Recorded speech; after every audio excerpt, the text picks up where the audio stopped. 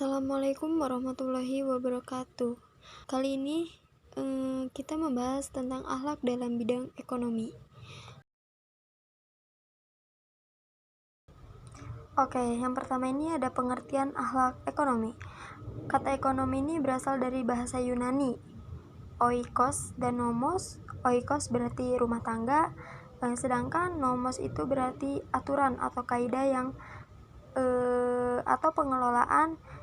Dengan sederhana, ekonomi ini dapat diartikan sebagai kaidah-kaidah, aturan-aturan, atau cara pengelolaan suatu rumah tangga.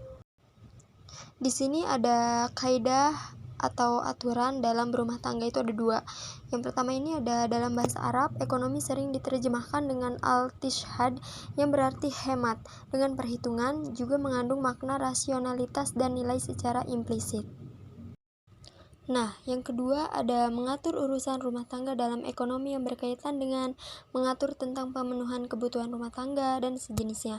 Sedangkan kebutuhan rumah tangga ini berkaitan dengan masalah konsumsi, produksi, distribusi, dan investasi serta lainnya.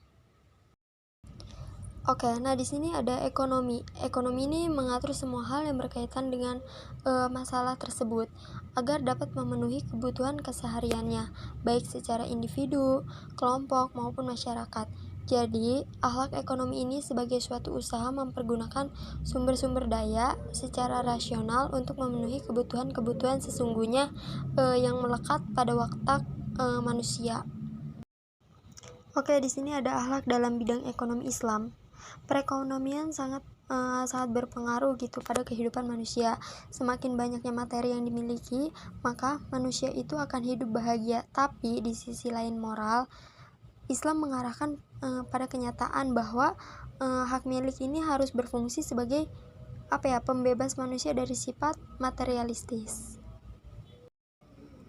Jadi sifat materialistis ini kayak dapat dikatakannya itu benar-benar ada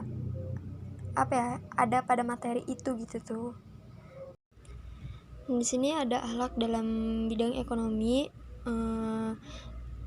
tindakan ekonomi yang mencampur adukan antara ranah ekonomi dan hukum agama yang merupakan penentuan kebijakan ekonomi yang melekat pada watak manusia.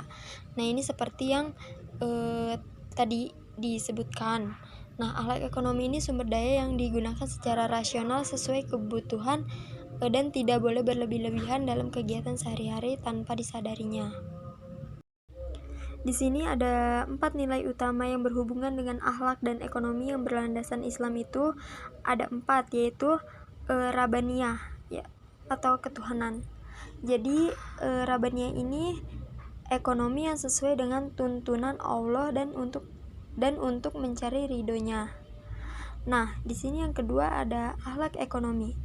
Nah, akhlak ekonomi ini dalam melakukan kegiatan ekonomi, kaum muslim tidak boleh meninggalkan akhlak seperti aktivitas pariwisata. Kaum muslimin tidak boleh mengizinkan membawa minuman atau menjadikan rumahnya sebagai tempat berjudi serta menghalalkan minuman haram itu gitu. Nah, kalau misalnya yang ketiga ini ada ekonomi kemanusiaan. Ekonomi kemanusiaan ini harus bekerja keras dan mendapatkan perekonomiannya gitu. Nah, yang keempat ini ada pertengahan. Pertengahan ini adanya keseimbangan antara individu dan masyarakat. Tuh. Cukup sekian. Bila ada kata-kata yang salah, mohon dimaafkan. Wabillahi taufiq wal hidayah. Wassalamualaikum warahmatullahi wabarakatuh.